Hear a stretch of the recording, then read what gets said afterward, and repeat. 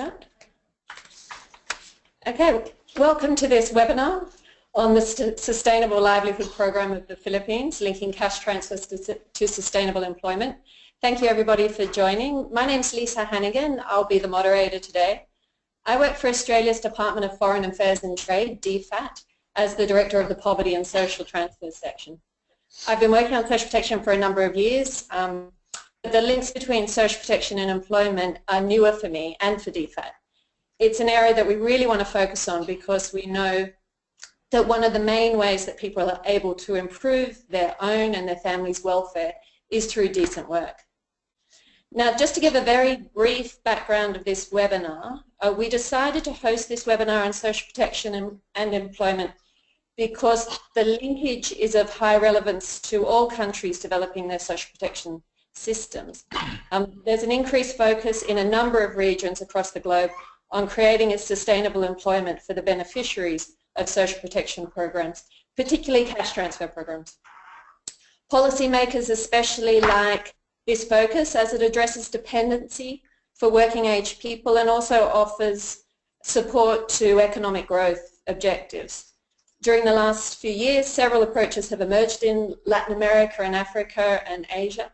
It's now common to talk of productive inclusion programs, cash for skills programs, graduation programs, but not much has been written on any of these programs, so the information is really scarce. And this webinar is part of a series of webinars to fill this information gap. It's been organized by an online community of practice called the Social Protection for Employment Community of Practice. We call it SPEC, which is supported by us, DFAT, and GIZ's Global Alliance for Social Protection. SPEC's focus is on facilitating South-South knowledge exchange on how to link social protection and employment creation. And SPEC fell out of a knowledge collaboration event that we ran earlier this year on social protection and employment. They are now motivated to keep up the momentum on this topic, and as I mentioned, this is the first of a number of webinars on social protection and employment. So we chose the Philippine Sustainable Livelihood Program, SLP, for the first webinar, as SLP is one of the most successful programs in Asia in linking social protection with sustainable employment opportunities. While SLP aims to create sustainable livelihood options for all eligible poor families, it prioritizes the recipients of the social protection program in the Philippines 4 Ps cash transfer program. They don't want people to fall back into poverty after the cash transfer is withdrawn when people are no longer eligible for the program. So the results are pretty impressive, and we're excited to hear from our presenter shortly. From 2011 to 2015, SLP created employment for over 1 million beneficiaries of the 4 Ps program through its micro-enterprise and employment tracks. The Philippines Department of Social Welfare and Development, DSWD, implements both the 4 Ps program and the SLP program. So we're sure the Philippines experience is going to provide important lessons for other countries, hence this webinar. So enough from me, let's get to the presenters. Firstly, we have Mr. Alfrey Gulla. He's the Project Development Officer for the Sustainable Livelihood Program within DSWD, the Department of Social Welfare and Development. Alfrey is currently the Cluster Coordinator of SLP. He's involved in planning, policy development and monitoring and evaluation of SLP. He's also the focal person of Livelihood Rehabilitation Program for the affected communities of Typhoon Haiyan that hit the Philippines in 2013. Alfrey views the Sustainable Livelihood Program as an inclusive approach that is able to improve the resilience of poor families through community participation. And this is his key motivation to work on this program. So Alfrey started his career as a youth volunteer in the Philippines Red Cross, then became a humanitarian worker in 2002, and prior to his engagement with SLP, Alfrey was employed in Kenya, working on resource mobilization and institutional development. And then after Alfrey speaks, we'll have our discussant, Nassreena Sampaco-Baddiri. Nassreena is the Country Director of Innovations for Poverty Action, IPA, and Nassreena oversees IPA Philippines' diverse portfolio of impact evaluations, and works with partners to advocate evidence-based policy making. Nassreena has had extensive experience working in government and policy research NGOs. She was previously a senior lecturer at the University of the Philippines, and she's currently a doctoral candidate. And she has been named one of DevEx Manila's 40 under 40 international development leaders. So I'll hand over to Alfrey now, and remember to send your questions through as he and Nassreena are speaking for the Q&A session at the end. So I'll hand over to you, Alfrey. Hi, good morning. Thank you, Lisa. Good morning, Ms. Nash, and of course the rest of the attendees of this webinar. Our honor of sharing to you our experiences of the SLP of the DSWD. Well, this is the first, of the series of webinar of DFAT when it comes to this kind of activities. Well, again, for this presentation, next slide, please.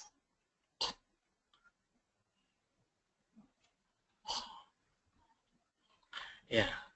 My presentation will be, focusing on trying to introduce to you what is our program, that's SLP, who we are, what we are doing, and we also would like to share to you our processes. That is basically trying to understand more the SLP tracks, the modalities, and we will also be sharing to you our successes. And at the end of the presentation, there will be a short synthesis of our program and try to look forward on what we are trying to do for next year and of course the next years to come. Okay, next slide, please.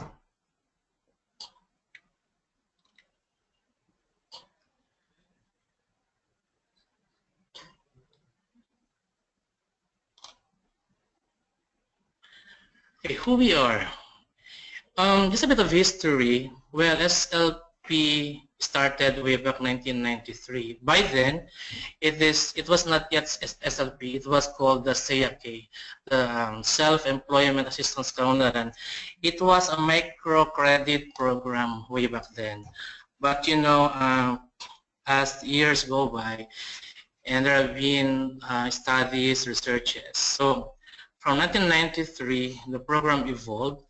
And in 2011, from a microcredit program, SEAK was transformed into what we call now the Sustainable Livelihood Program. And with the support of the World Bank, through the consultancy of the PNOIMI, there was this study wherein from a microcredit program, because of the presence of the 4 Ps, the program was then transformed into a community-based capacity building program. By then, we are using the framework of community-driven enterprise development framework. And just to make some reiteration, if we say capacity building program, this is primarily trying to enhance the livelihood assets of our beneficiaries.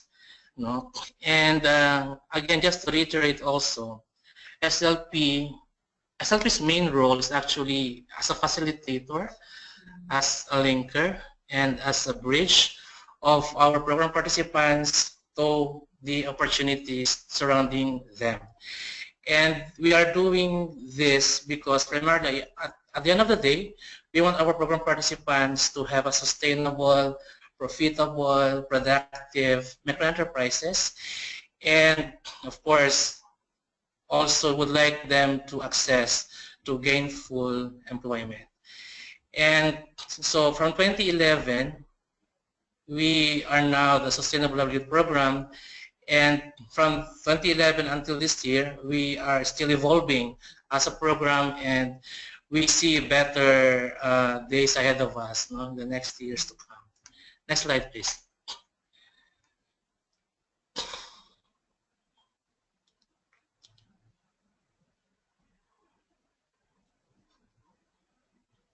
Okay, who do we serve? Well, primarily, we have two kinds of families that we are serving, the poor and the vulnerable families.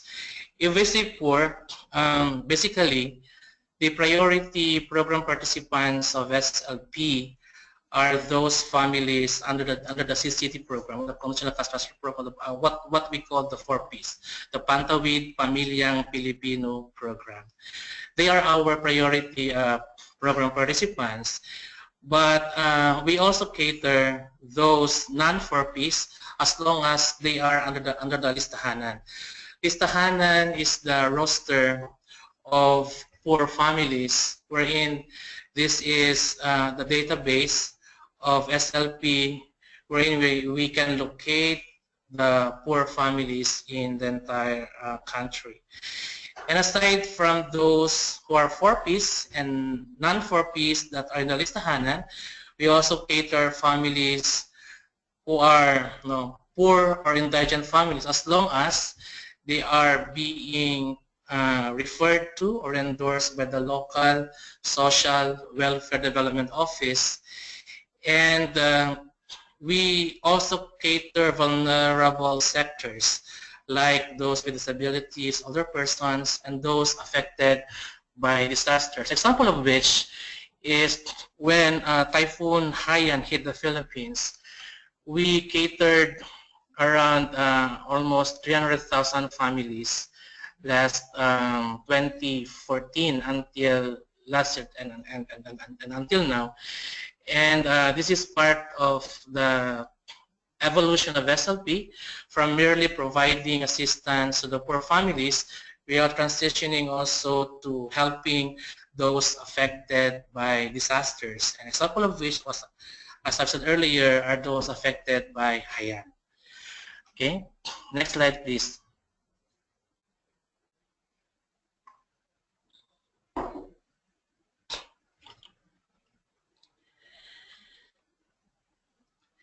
And how do we do it? SLP believes that when we do our thing, we're always guided with the inclusive participation of our program participants. You know, as a community-based program, we always believe that decision of which tracks do our participants want to have is primarily anchored on the participation of these participants.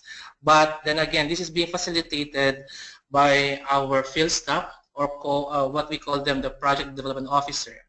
And our program also believed in the multi-dimensional approach, wherein if we see that a certain family does not only need one intervention, we can actually provide one or more. Because at the end of the day, what we want to have is a more sustainable livelihood support for them. That's why in some of our projects, we do not only give capitalization, sometimes we also provide skills training, and if still not enough, if they want to be employed, we'll be giving them some assistance for them to have an access to gainful employment. And SLP as a program cannot really work without partners. That's why we also adhere on the principle in which we do our thing in cooperation, in collaboration with public and private partners. That's a strategy of the multi-stakeholder approach. And as a program within the Department of Social Welfare, we also work hand in hand with other programs of the department. For example, the Kalahi SIS or the National, the CDDP, and of course the Pantawid, because we also want to maximize our resources. And that is part of our convergence within DSWD.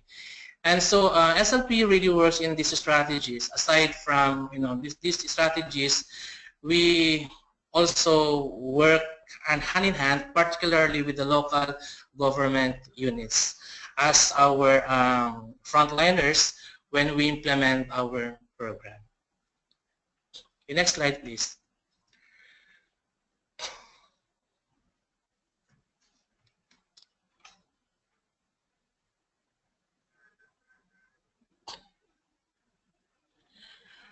Okay, when asked what is our end in mind as a program, well, when we started way back 2011 as SLP, what we really wanted to contribute in the society is that SLP as a program will be contributing to the improved economic sufficiency of the poor families.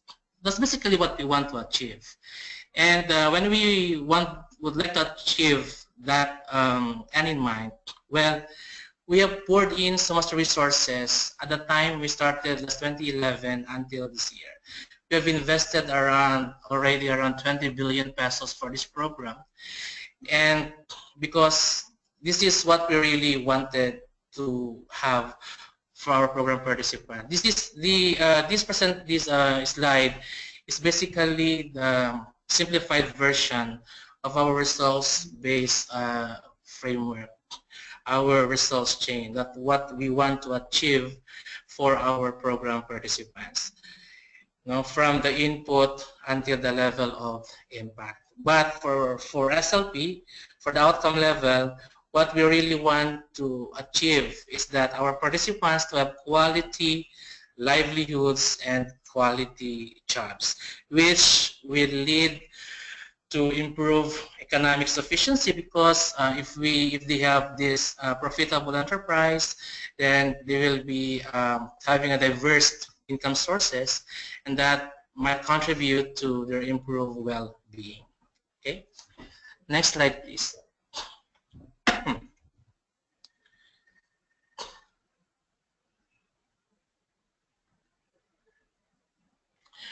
Okay, this is it. What are we doing? It's simply 246.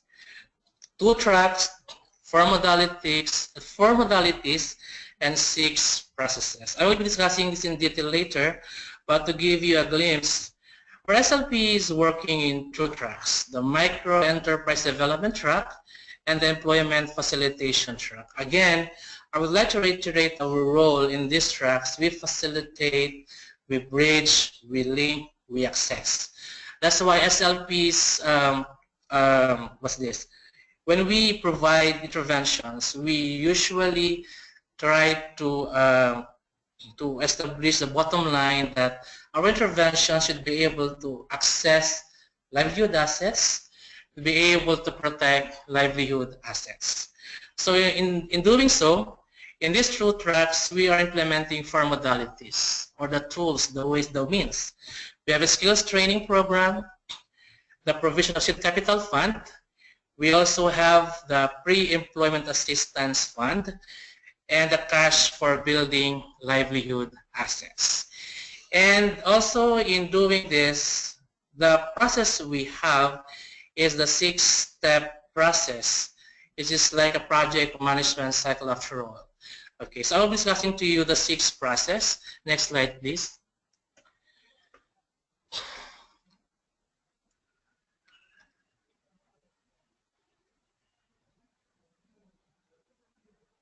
Okay, that's it. This is the life of SLP, the processes involved. Actually, the first 4 steps, this is being done during the first semester, because we usually tag it as the social preparation stage or the pre-implementation phase. And stage 5 to 6, especially stage 5, that is basically the implementation phase. And monitoring of projects come all year through, is 1-year activity.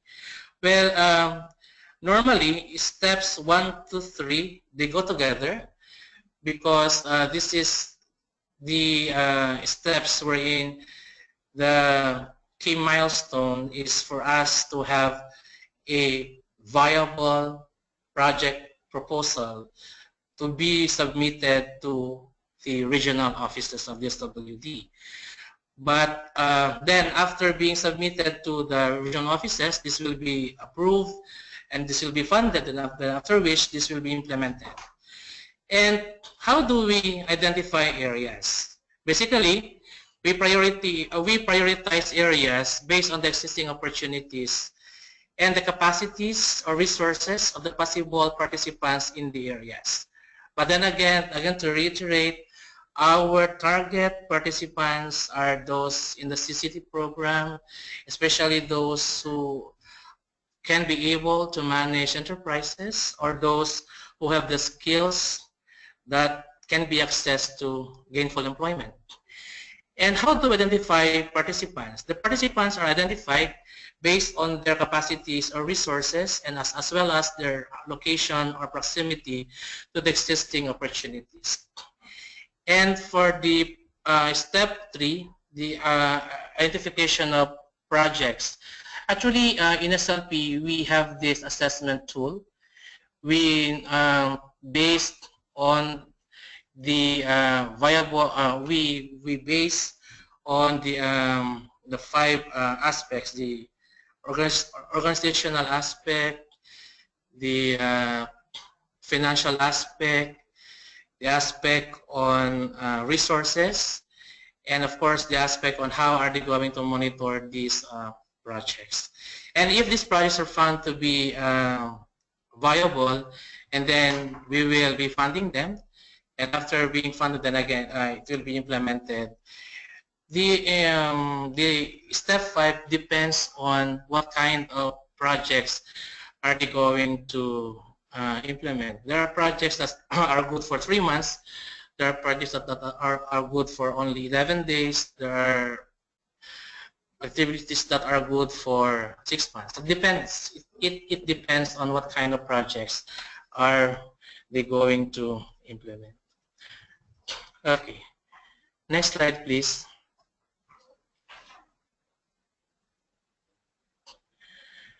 Okay, before we proceed to this slide, I will be showing to you a video of seaweed farming project in Palawan. This is one of the projects that we funded through skills training program, and the investment of the department for this project is around $500,000, and as of this date, the total income being earned by the association is now around 2 million pesos. So I think, can we show to them the video, please?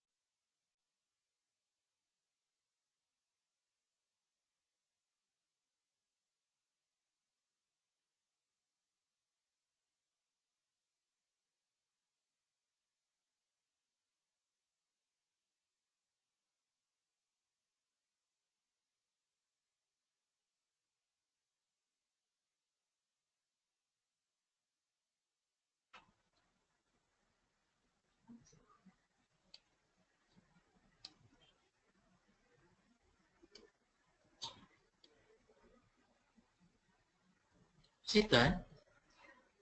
Okay, thank you. Okay, sorry. The old woman in the video is one of the members of the association. What she was trying to tell to us is that with this project,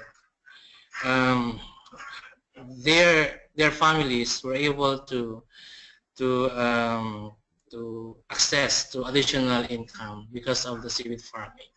And actually, Taytay Palawan, that's in Taytay Palawan, is one of the municipalities in the Palawan province with a huge area for seaweeds farming.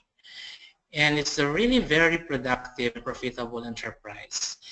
and the members were being trained on how to do the seaweed farming, and they also be provided with starter kits as part of the training. And good to note that in this project, the collaboration with the LGU is very notable. The partnership with the Department of Agriculture and the BIFAR, the Bureau of Fisheries and Aquatic Resources, is also notable indeed, and of course with the partnership with a private organization called the Coral Triangle, because they provided trainings for these program participants. And until now, it's still operating, and as I said earlier, their income now reached around 2 million pesos already. And if you go to Taytay Palawan, actually Taytay Palawan is just near El Nido, one of the beautiful islands of the world. If you go to El Nido, you will pass by Taytay. You will be seeing there the SLP Association Business Center. This is part of the ongoing, the expansion of the SLP's assistance in that area. Okay, now let's proceed to discussing the tracks of SLP. The one being shown earlier is an example of a microenterprise being developed in partnership with various partners by SLP. And again, the modality being used there is skills training with the starter kits. For this MD track, what we want to really achieve is there's a maximization of natural resource and market opportunities for a very productive and profitable income-generating activities for our program participants. We'd like to note here resources because we always advocate a resource-based and market-driven projects for our program participants. That's why we always get to see what are the resources available in the area, and from there we'll be able to develop the value chain and try to identify what kind of support that can be provided to these program participants using their abundant resources in the area. And with this track, we also advocate the enhancement and development of livelihood assets for them to manage microenterprises. Like the seaweed farming, what we did is we collaborated with partners, and these partners provided trainings and basically try to enhance their skills or capacities to manage a seaweed farming. Next slide, please. I'll be showing to you examples of enterprises that we already implemented. These are just many of our enterprises that we already supported the past years. Example of which is this one. This is a project in Cebu, in Bantayan Island in Cebu. This is a project linked to tourism industry. It's a local tourism industry. This is a flat boat actually. At the bottom of that boat is a transparent glass, and that this is used for coral reef watching. So instead of diving and to see the coral reef in Bantayan Island, well, our program participants thought of innovating this kind of project. So when you want to see the coral reef in that area, you can just ride in these boats, and they will be charging around 100 pesos, around $3. Per tourist, and this boat can actually cater around 4 tourists in just an hour. So in 1 hour, the total income of these boats is 400 pesos, or around $6, right? $6 per boat in just an hour. Well, this is one of the projects being developed after Haiyan. This is a project that we supported as part of our rehabilitation intervention to those communities affected by Typhoon Haiyan. And remember, Northern Cebu was once affected by Haiyan in 2013. And for this project, support of LG is very evident, and the modalities used in this project are seed capital fund and skills training. We have provided skills training for the tour guiding, skills training for the boat making, and also provision of capital seed fund for the program participants. Next slide, please. So SLP also, we also support the tourism industry because we are seeing it as one of the one of the industries that are booming now in the country. The second, this one is a kind of project. This about cocoa twine, and we also advocate empowerment of women, the women's sector. And if you see in this project, this is a project on the processing of this cocoa, the cocoa husk into a cocoa twine, which can be used to protect, to protect, to prevent soil erosion. Okay, and this is in Camotes Island, also in Cebu. And we supported this association through the skills training and the seed capital fund as well. Okay, actually for SLP, majority of our projects are being handled or managed by women. And we are proud to say that for SLP, around 80 to 85% of the enterprises are being managed by the SLP. Next slide, please.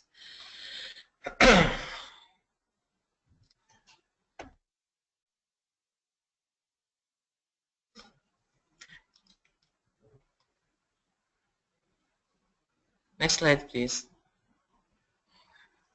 Okay, this is it. Food security is also one of our thrusts because we believe that when we try to provide support for participants who would like to engage in farming, we also try to, to capacitate them and try to lessen their expenditures on food.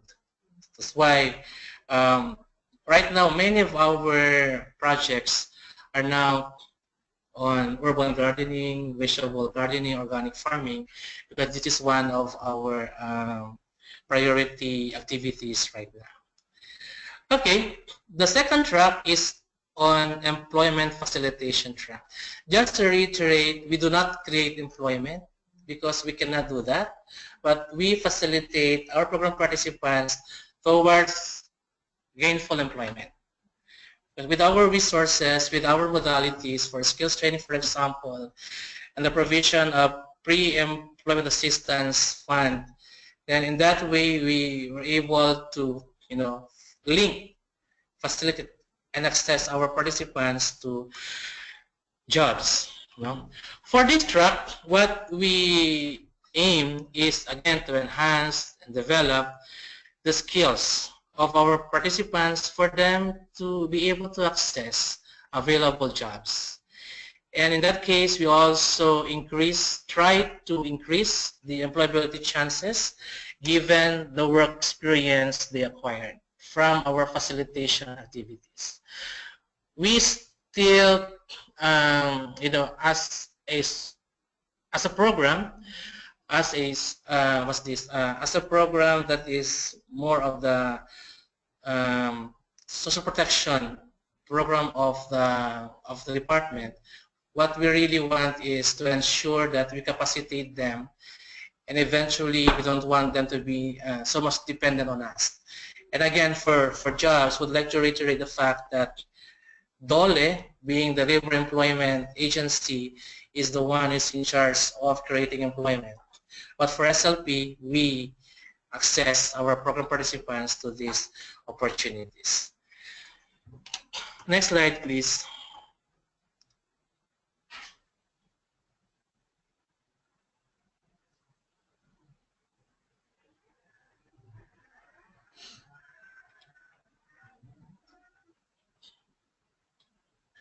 Yeah.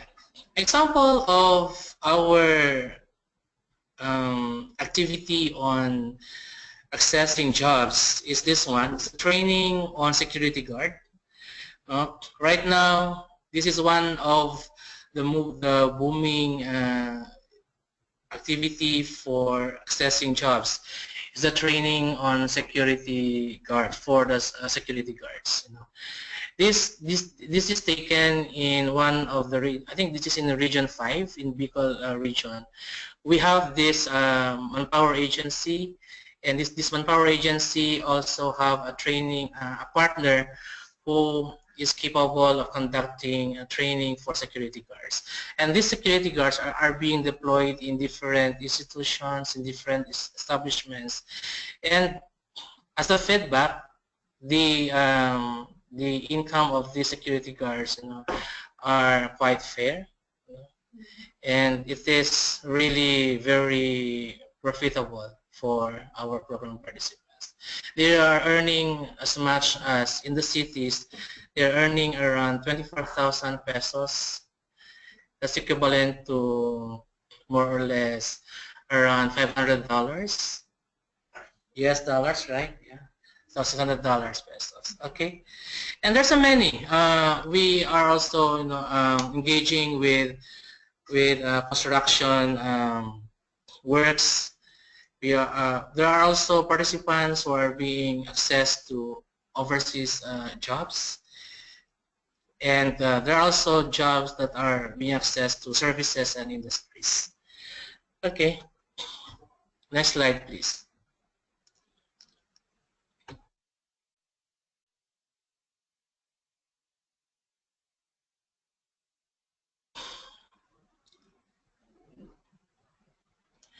We will not be discussing, just in brief, our modalities.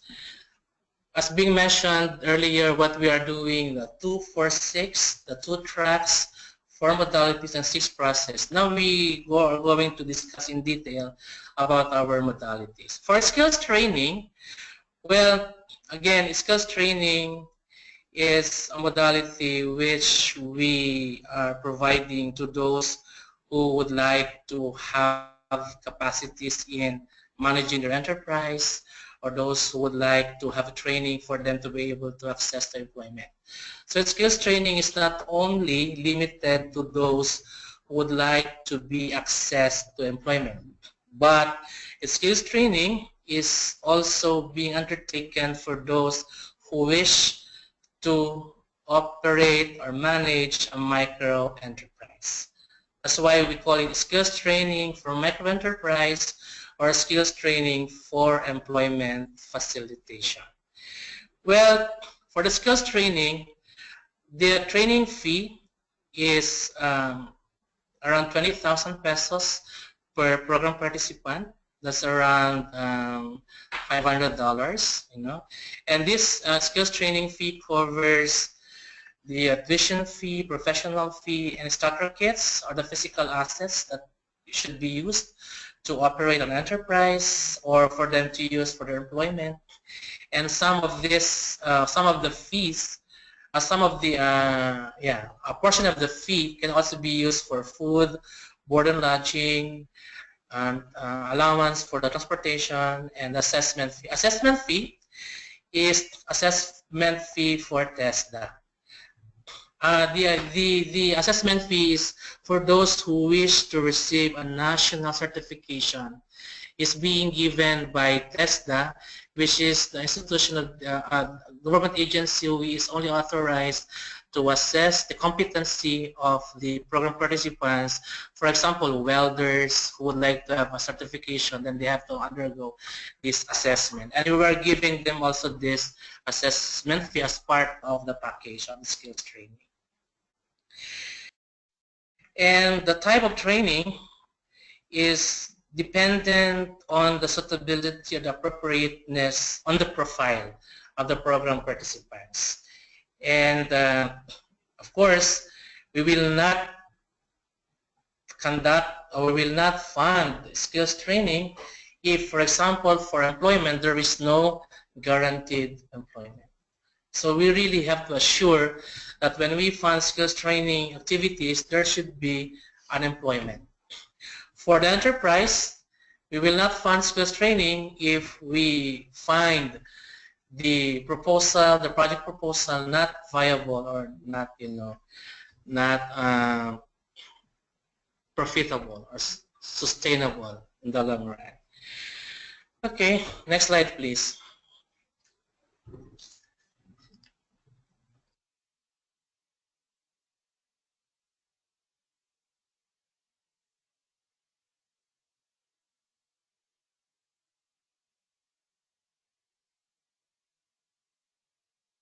Okay, examples of skills training, as I've mentioned earlier, example is the enterprise-related training such as food processing, product designing, or development.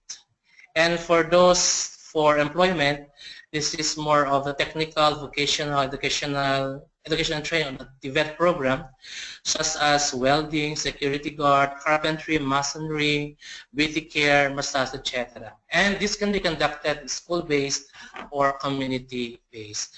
And if you wonder who conducts the training, we do not conduct the training because, again, SLP has no competency when it comes to conducting skills training.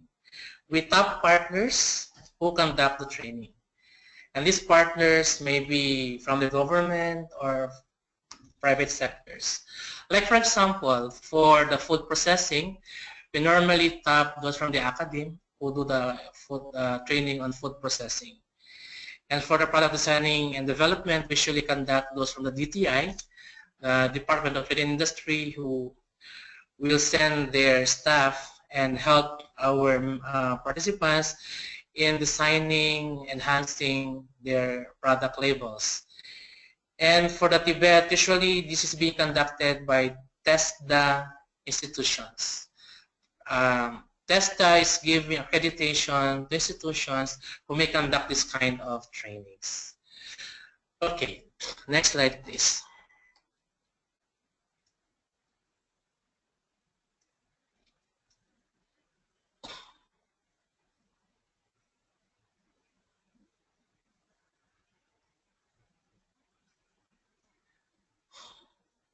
Okay, I think I already mentioned this earlier, the coverage of the fees. We can proceed to the next slide, please.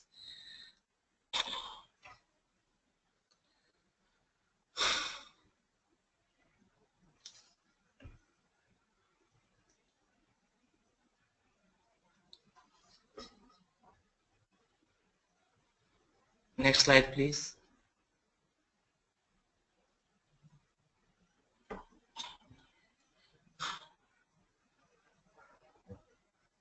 Okay, that's it. For seed capital fund, again, just to reiterate, this is only provided for micro enterprise projects. This is part of the initial capitalization for the businesses to be operated by our program participants. And normally we are giving a maximum of 10,000 pesos per program participant.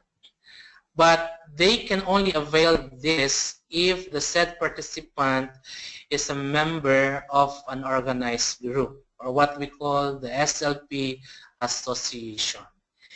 And right now, the government is pursuing the legality of these associations. That's why for this year we already started accrediting them as beneficiary civil service organizations, or CSOs. And for this capital fund, normally this fund is being used as a startup capital for them to operate their businesses.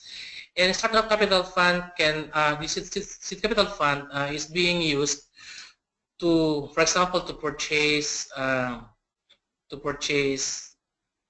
equipment, to purchase inputs necessary for their enterprises.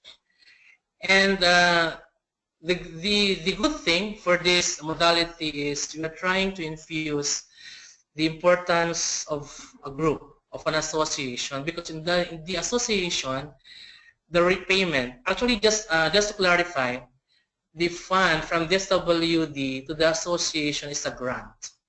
It's not a loan, okay? But from the association, it is a loan because the association can actually give a portion of the fund to the association because the fund is not being given to the members, it is being given to the association. And the association, with the consensus of the group, has the prerogative on how are they going to manage the fund. for example, for the 10,000 pesos, a portion of that is being used for an individual enterprise. But right now, majority of those being provided with seed capital fund are operating a group enterprise. Unlike before, it is mainly an individual enterprise. What we would like to infuse now is trying to advocate the importance of group enterprises, because it's also a way of enhancing organizations, in the communities where they are more resilient, and we're also trying to infuse the cohesiveness of people in the community. Okay, next slide.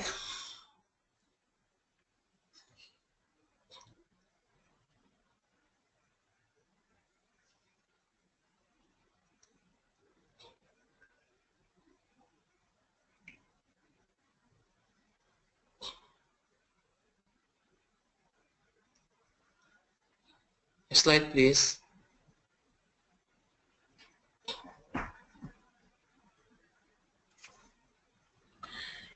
Okay. The next modality is the pre-employment assistance fund. Usually it is coupled with skills training for employment.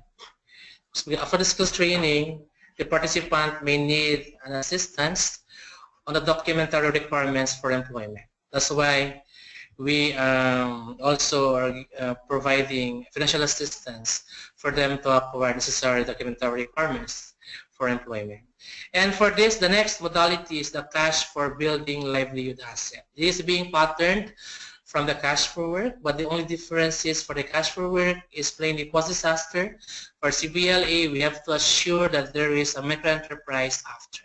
It may be after 1 month, after 3 months, or after 6 months. But the bottom line is there should be a microenterprise after the CBLA. Okay. Next slide.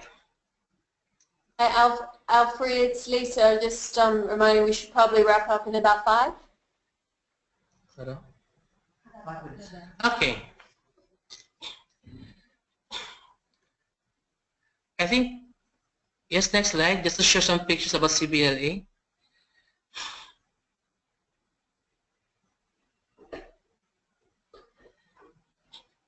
I think the pictures, the slide number 26, please.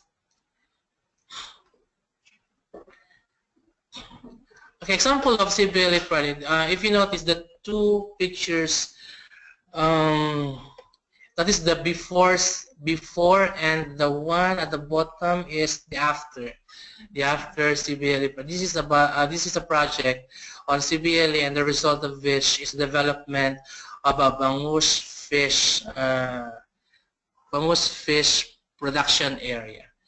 Okay, next slide.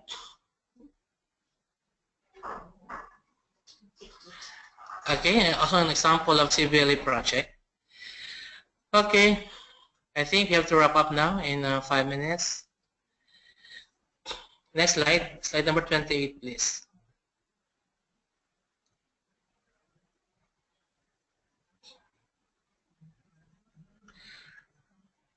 Okay, just to also highlight our partnership accomplishments. Then in the past years, we already have around 1,000 projects that are being implemented with partners. Now, for our accomplishment from 2011 until September 2016, we already served around 1.3 million program participants in the past 5 years. And of this, we already serve around 87% of the CCT beneficiaries. And of these program participants, we have around 83% of this is being provided with microenterprise, and 17% is being provided with employment opportunities. Okay?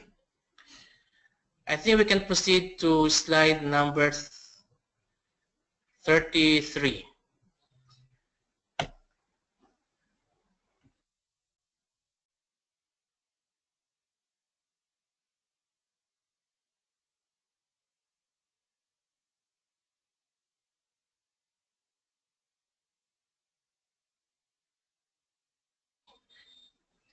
Can we proceed to slide 33, please?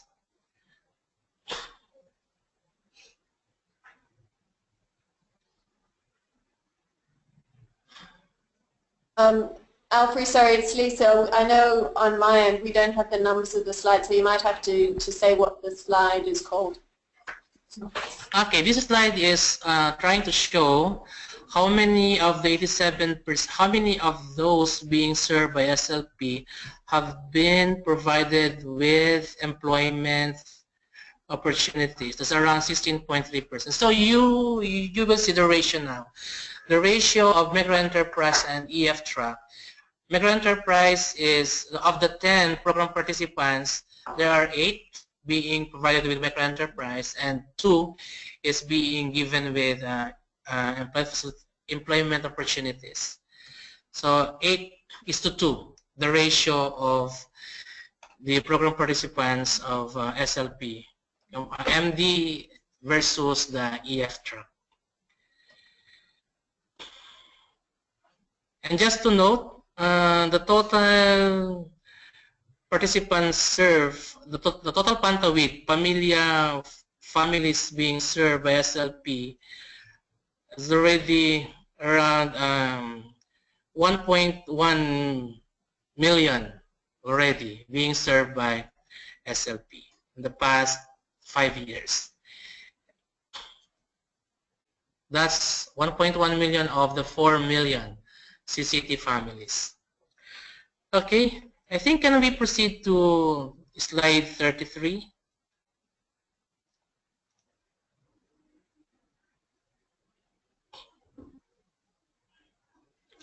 Okay, as a synthesis or a summary of this presentation, actually SLP is not only linked towards trying to improve the economic sufficiency of the program participants. Because at the end of the day, what we are trying to look into also is how SLP is becoming a tool towards social inclusion. Because we are also being measured not only through economic sufficiency, but the socio-economic side of our program participant, which is the priority of the Department of Social Welfare and Development. So SLP, together with the different programs of the department, and through our modalities, our tracks, what we try to accomplish is to increase the employability of our program participants, for them to access to gainful employment, for them to be capacitated to manage their enterprises, which at the long run is that our program participants will be included or will be totally mainstreamed to the society, and this is part of trying to improve their socio-economic conditions. Okay, next slide.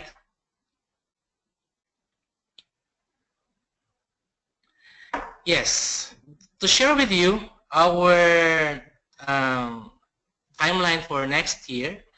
For 2017, again, for the first 5 months, this is part of our trying to really enhance the social preparation stage of our implementation, because the studies of MicroSave, they reiterated the need to really strengthen the organization and the capacity building of our program participants. That's why we for next year we allotted really a certain timeline for us to really better prepare our program participants in implementing their enterprises and trying to prepare them for accessing to jobs. So this is for next year, and for the entire year next year, we will try, one of the trusts is to really monitor those families being served from 2015 to 2016 for next year. And for next year, we will be having, if budget permits, there will be again an increase of manpower to ensure that monitoring program participants are being undertaken so that to really prevent them from falling back again from the state of, from the state of being so poor. And what we want them is to really continuously have a improved well-being at the end of the day. Okay, I think that ends my presentation. So with that, thank you for listening, and if you have some questions, we will be answering them after Ms. Nash. Thank you. Great, thanks Alfrey. That was fantastic. It was very information dense, and we've had many questions come in as you've been speaking. But we'll pass now to Nassreena so she can provide some brief remarks, and then we'll launch into these questions. Nassreena? Hello. Hi, Lisa. Thank you. Thank you. Good morning, everyone. Good afternoon and good evening as well. And thank you, Alfrey, for such a detailed and informative discussion and run-through of what the Sustainable Livelihood Program of the DSWD is doing right now. As you can see, the SLP is quite promising, especially in terms of helping achieve the Philippine government's goal of social economic inclusiveness. In the Philippines, we have seen a big push within social protection programs to not just focus on providing income and consumption support amidst the success of the CCP or 4Ps program here, but also to focus on programs that attempt to move the poor out of the very bottom levels of poverty by building capabilities and skills as well as building assets. In the Philippines, SLP, we have seen as well how the program has evolved. As Alfrey mentioned, it was used to be known as the Self-Employment Kaunlaran, and now it's Sustainable Livelihood Program. And the DSWD has been really moving towards the use of evidence in designing the program and improving the program. Just earlier in the year also, as I think Alfrey mentioned, the SLP shifted from providing micro-enterprise loans, and now it's a grant of 10,000 pesos via the Seed Capital Fund. Recognizing that for this subpopulation, providing grants rather than loans would be more relevant. There's really a lot of potential to not only use evidence in program design, but also to generate new evidence from the program as well.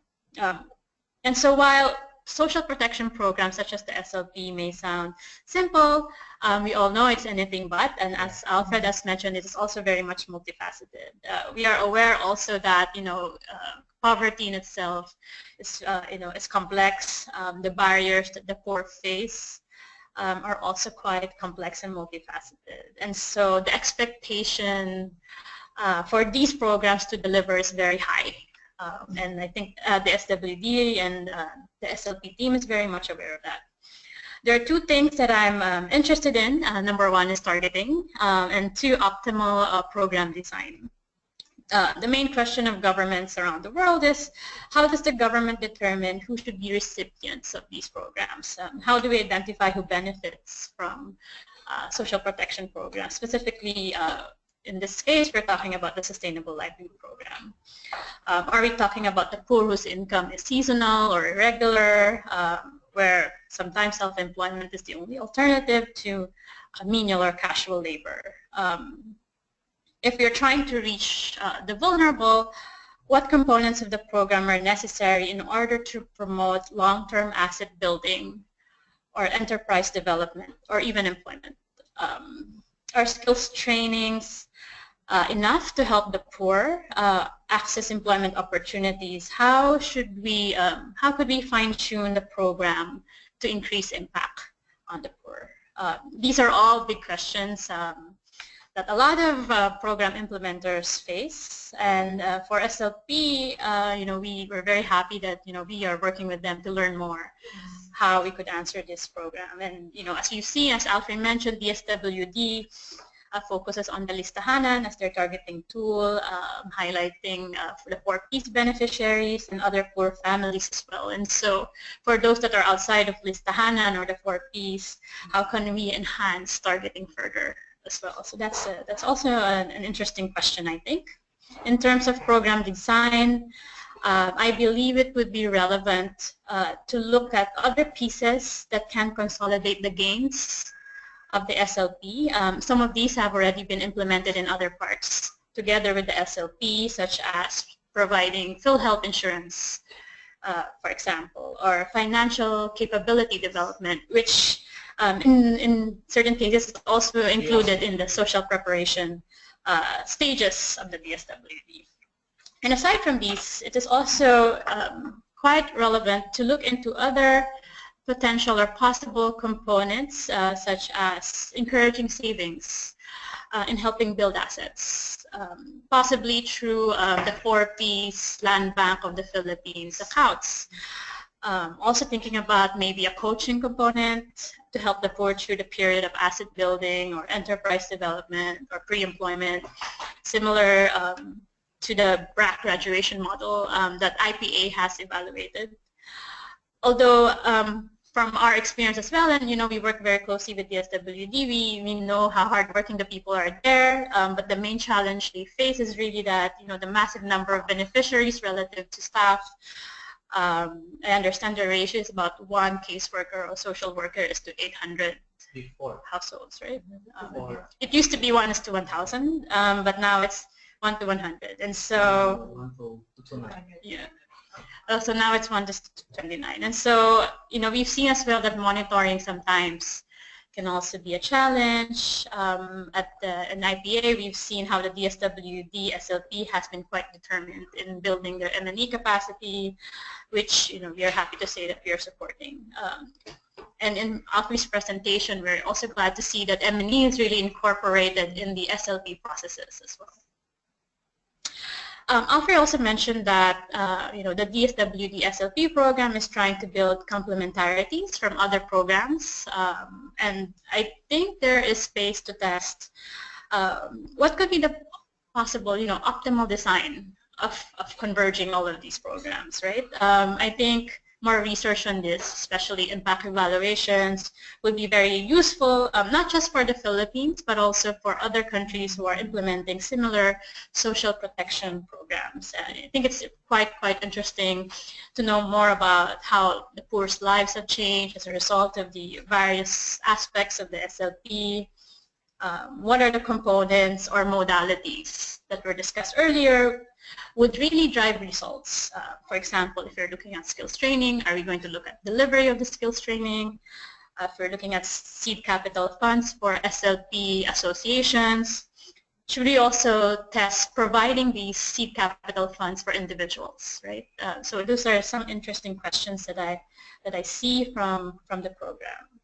And also looking at cost effectiveness as well of the various streams of the SLP and whether government or DSWD should be focusing on a specific track. I think this is an ongoing question as well, whether should we focus on micro-enterprise development or should we focus on employment facilitation. And so, to conclude, there's a lot of opportunity for learning and, drawing lessons from the field. And it's fantastic that DSWD is one of our best partners, and I think it's a great opportunity for all of us to work together and learn in order to shed light on the effective ways to really deliver social protection programs. Thank you.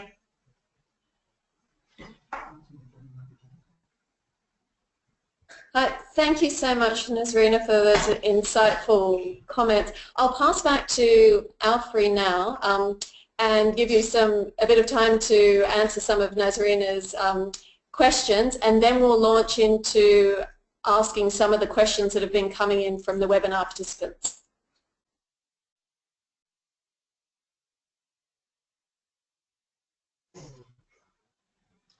Okay. It's my turn. Lisa? Yes. Okay. Let me thank you, Nash, for the insights from the presentation, and we really acknowledge those points. And as I've said earlier, SLP is an evolving program. It's like that. There are parts and parcel that is still work in progress. But I would like to respond on some points being raised by Nash. On targeting, if we'd like to trace the targeting system or the targeting mechanism that SLP has done in the past years.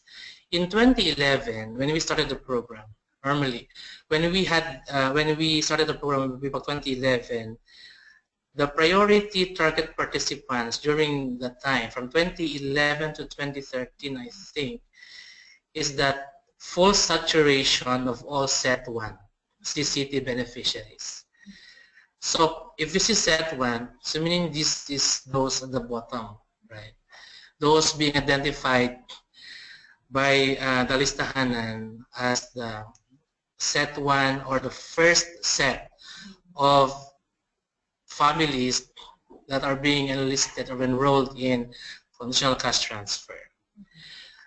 And in 2014, with the result of our evaluation also, and of course with the result of some external evaluations that being conducted for SLP, we found out that we should not only focus on trying to provide assistance to those who are at the bottom floor, because the characteristics of these families are sometimes not suited for entrepreneurial activities, right? And what we did in 2014, we tried to, in 2014, we opened the targeting not only to set 1 but to all sets, from set 2 until set 6, I think, of the CCT program. So from there, we were given the leeway on to really how to identify, to properly identify participants who are suited to SLP. Because there are participants who are poor but are not, entrepreneurial poor. There are participants who are entrepreneurial poor but they don't like to enter into business. That's why this is really the crucial thing that SLP until now is really facing. That's why we are lucky that for this year, through the World Bank's auspices, the MicroSave was able to come up with recommendations basing from their consultancy work when they tried to evaluate the business process of SLP. And gladly, to respond to Nash insights, targeting was one of the crucial points being pointed out by MicroSave. And we appreciate that study, and SLP will really enhance the targeting system of our program participants. Actually, for next year, we try to incorporate some of the results of the studies of MicroSave onto our processing, onto the targeting system or targeting mechanism of SLP. But aside from that, there are also directives. DSWD is also working for SLP, for example. There are directives, there are priorities of the administration that we really have to focus on. For example, for next year, the focus of SLP is, first, we have to prioritize the 20 poorest provinces identified by the government. Second, we have to focus also on trying to providing assistance to transitioning families, those who are the near poor, identified through the social welfare development in social welfare development of indicators of the department. So, and third, we also have to consider those unserved CCT families. And the target of SLP for next year is again around 300,000 families. So with these numbers we have now, so we also have to try to incorporate. I think one of the main challenges also is on how are we going to really assure the selection of track of our program participants. Not just merely trying to target who or how many, but basically one of the challenges now is to really try to come up with a system on how to really ensure that the track being chosen by the program participants are really suited to his or her skill, suited to the opportunities surrounding him or her, and incorporating all the sustainability aspect, profitability aspects, so on and so forth. And that's it for the targeting. And the next one is on the design. If you notice, that's why I showed to you our timeline, because basically the design of the program, basing again from the studies of MicroSafe, telling us that SLP should try to refocus, try to strengthen more its process, especially on the aspect of capacitating the program participants. Because that's true, there have been many enterprises that are being funded, being implemented, but after 6 months, after 1 year, if we go back and monitor these projects, some of them already closed, some of them are already not operating. And then when we further try to ask the reasons why, some reasons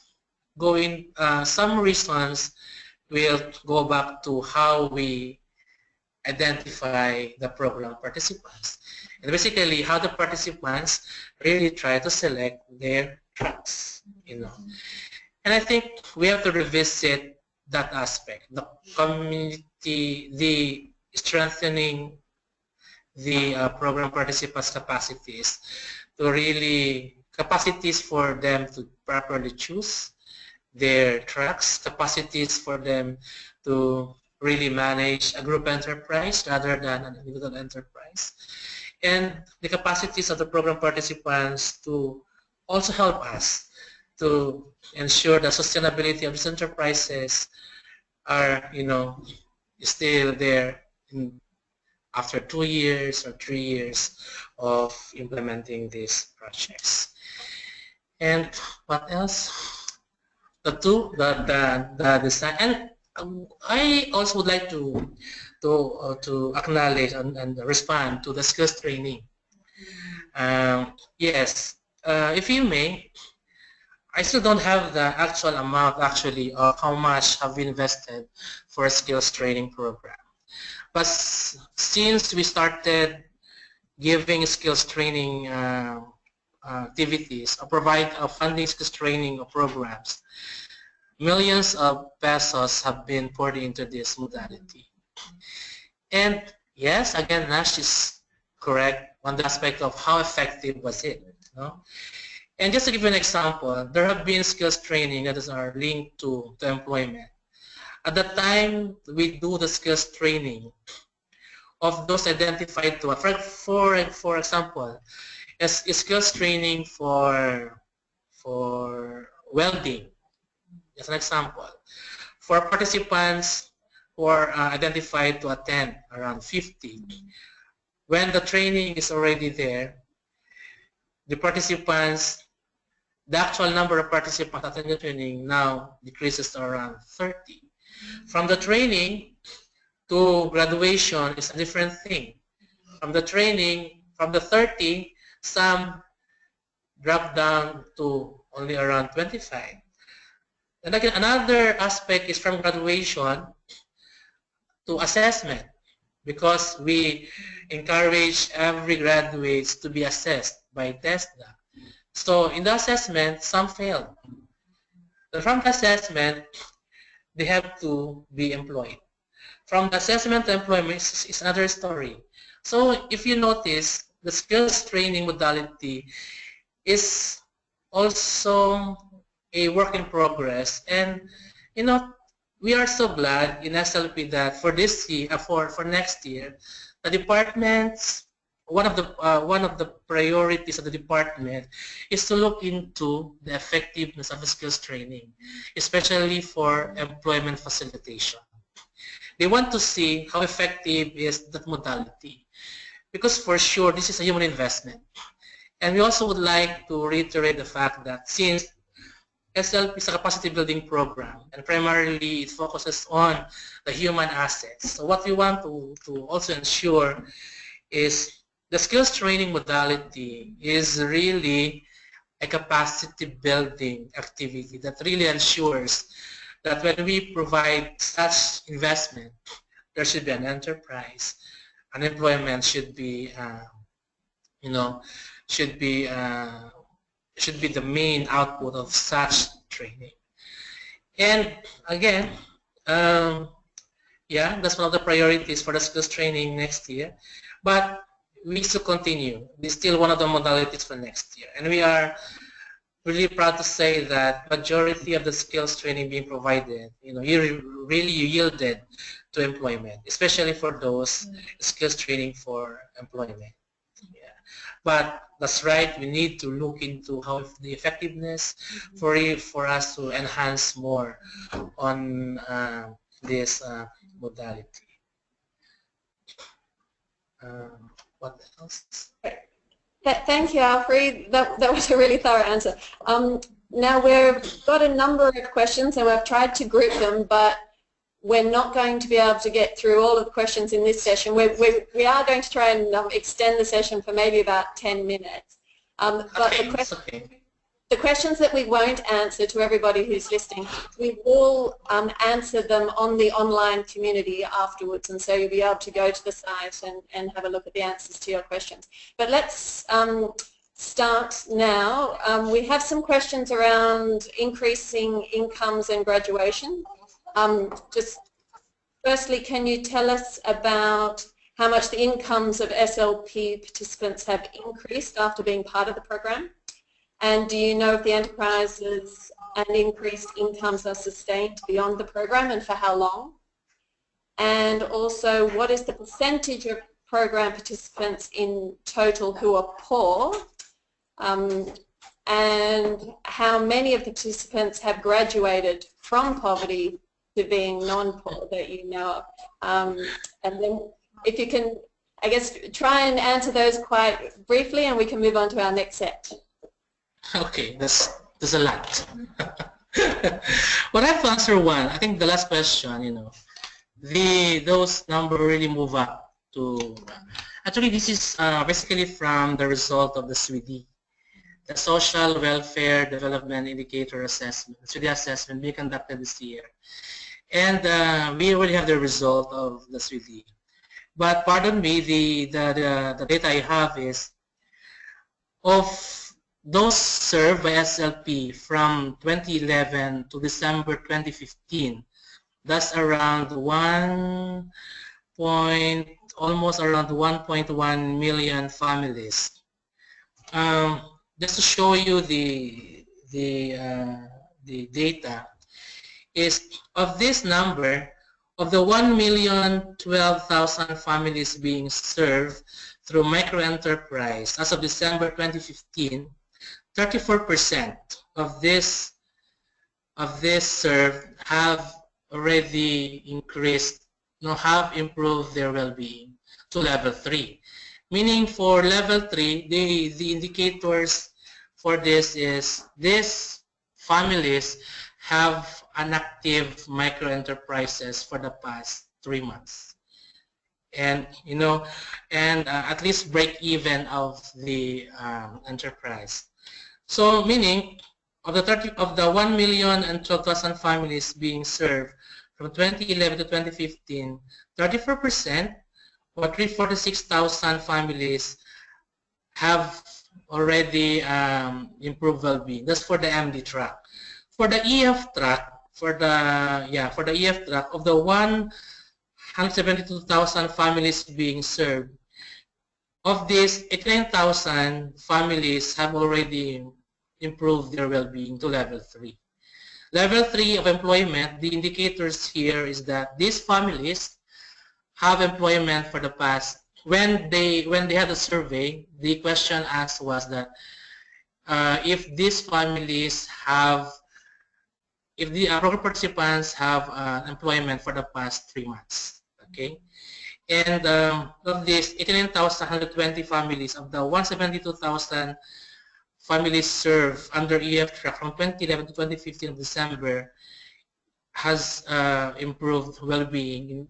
That's to level 3 already. So all in all, of the 1,184,000 families being served by SLP, 37% of these families have already improved their well-being. That's both tracks already. But for 2016, we don't have the data yet for 2016, if how many of these, of the families being served for this year already have improved their well-being to level 3. Okay. Can you please again repeat the first question?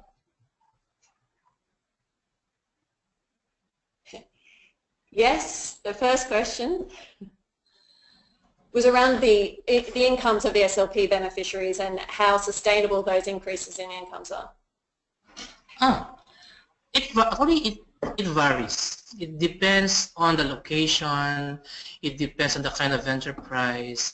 It depends on the kind of group who is managing the enterprise.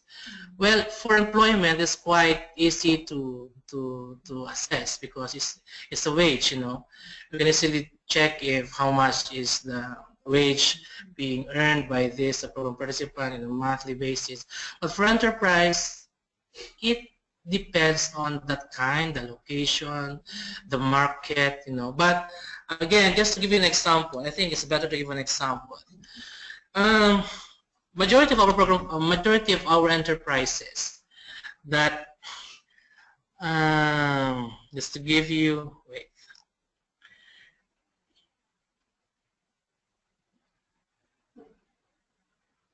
Yeah, for the micro enterprise, just to give you an example, for the micro enterprises, majority of it is on the buy and sell. Buy and sell is those having a small grocery in their communities. Well, 40% of this, of the supported micro enterprise from 2011 to March 2015, majority of this is on the buy and sell. Now, if you are going to ask me the sustainability of this enterprise, to be honest with you, the percentage of not sustaining the enterprise is really very high. But for those enterprise that are of the services, enterprise that are related to to agriculture, they are much more profitable and more sustainable. But they are just prone to natural disasters. But then again, this is being contained. But yeah. That really depends on the kind of enterprise, the location, the one managing it. But again, as I mentioned earlier, if I will base that on the data I have, really for those who are doing buy and sell, those who are doing retailing businesses, these enterprises are really prone to to falling back after a year or after almost. And also, for our experiences, majority of the enterprise being managed by individual are those who are really prone to prone to bankruptcy because their income is not being managed well, not being used for more diverse activities. But for group enterprises, these are more sustainable, more resilient, more profitable. Okay. Next question. Yes. Great. Thank you, Alfrey. Now we've got 2 program implementation questions. A lot of people have asked about the proposals. You talked about proposals being submitted to DSWD. People want to know who prepares and submits the proposals, who assesses the proposals. So if you could cover that one. And then also, if you could talk a little bit about whether you do any assessments around whether the people who are being selected for these programs are the enterprising poor and would succeed if they were accepted into SLP. Okay. For the proposal preparation, this is being prepared ideally by the program participants. Before, it is being facilitated by our field PDOs, and the program participants are the one making the proposal. But since we are an evolving program for this year, starting last year, we tried to come up with a proposal which is being prepared, co-prepared. I must say, it's being co-prepared by our program participant and our field implementers in the field. So it is being prepared by them. But this is the proposal preparation underwent process of assessment. We have 2 levels of assessment. We have the municipal project development assessments being conducted with the frontliners in the local government unit, and it's also being done with some CSOs in the area, and this is being attended also by the program participants. So once it's already approved and endorsed at the municipal level, this is being endorsed to the provincial level, and in that level, this is what we call the provincial project development assessment workshop, and this is being facilitated by the head of the provincial SLP in the area, and the field PDO who co-developed the project will present the endorsed proposal from the municipality level, and if it's being approved using the indicators, using the assessment tool, this will be further endorsed to the regional office of the SWD. And at the regional office, it will be reviewed by the regional program management office, and if found okay vis-a-vis the indicators of the project, and it will be further endorsed to the management for approval and then for funding. That's it. So it's it's quite tedious process after all. And our proposal is being patterned already to existing templates are being used by other organizations who are also into this kind of business. And again, the next question is on the assessment, right? Lisa? Sorry. Yeah. Hold on 1 second. sorry. The next question after you're on the identification of the assessment of whether people have, I guess, that enterprising ability. Yeah.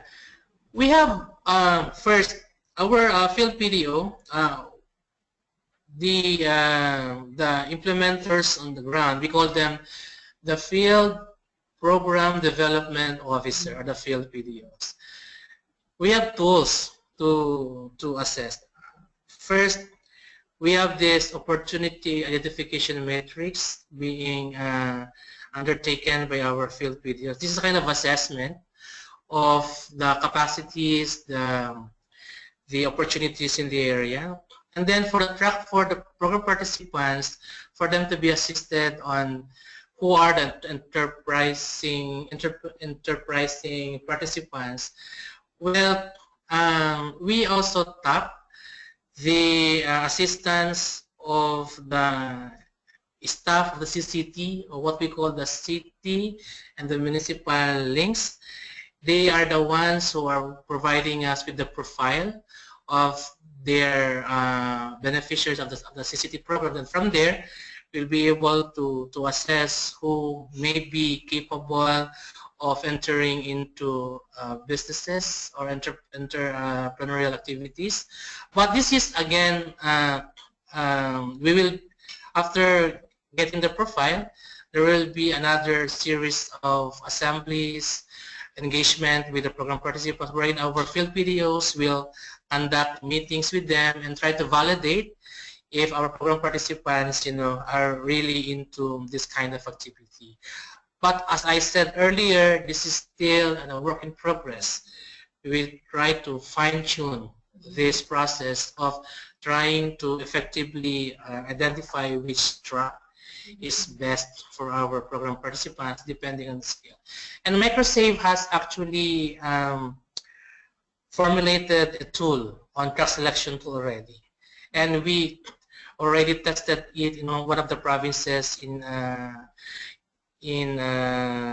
one of the regions, in Laguna, I think, in Laguna, in Calabarzon. And the result is good, so we still have to check on that. If it's already okay, then we will now be using a track selection tool for us to properly ensure that the tracks being chosen by the program participants are really suited for them and for the opportunities surrounding them. Okay. Thanks, Alfrey.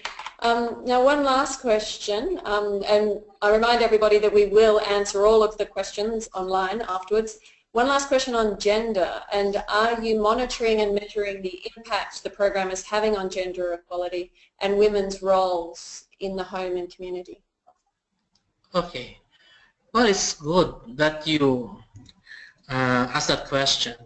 Genderizing SLP is already our priority, is one of our trusts.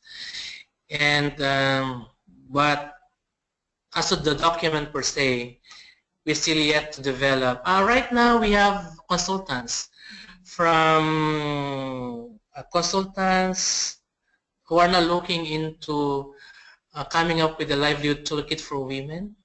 And this is part of our priority now. And we already have trained our staff when it comes to gender development, because again, women sector is women sector comprises majority of our program participants. Yeah, this is our priority, and hopefully by next year we'll be able to come up with a livelihood toolkit that is focusing on how are we going to cater women. But as practice, we already have. For SLP, it's good that it's quite, the genderizing SLP is already there, but again, as a document, we still wait for the result of the consultancy that's being funded by DFAT also. That's part of livelihood toolkit for women. But surprisingly, it's around, as I've said, around 80 to 90% of our enterprises are being managed by women. Yes, and right. You know what? It's good that majority of the enterprises being managed by women are those sustainable, actually. Great. Okay, wonderful. All right, well, this has been a fantastic discussion. Thank you so much, Alfrey and Nassreena, for participating, and thanks to everybody who's joined in and submitted their questions online, and we definitely will answer them. But luckily, it is not the end for this topic. The Social Protection for Employment Community SPEC will organise more webinars on country experiences in linking social protection to sustainable employment. The next webinar will be held at the end of January in 2017, so please keep an eye out for the notifications on that. You may also access materials on this topic and participate in other activities that are facilitated by the community by being a member of the community. The details on how to be a member of the community should be, yes, you should be able to see them on your screen now, but you can also go on to socialprotection.org later. I would ask everybody who is still listening in to answer the survey at the end. And I'd just like to thank the Department of Social Welfare and Development, DSWD, of the Government of the Philippines, my colleagues at the Australian Embassy in Manila, the core team of the Social Protection for Employment Community, SPEC, my Social Protection Hub colleagues in Jakarta, and GIZ's Global Alliance for Social Protection. And finally, the socialprotection.org team in Brazil for making this webinar happen. Thank you so much. Thank you, everybody.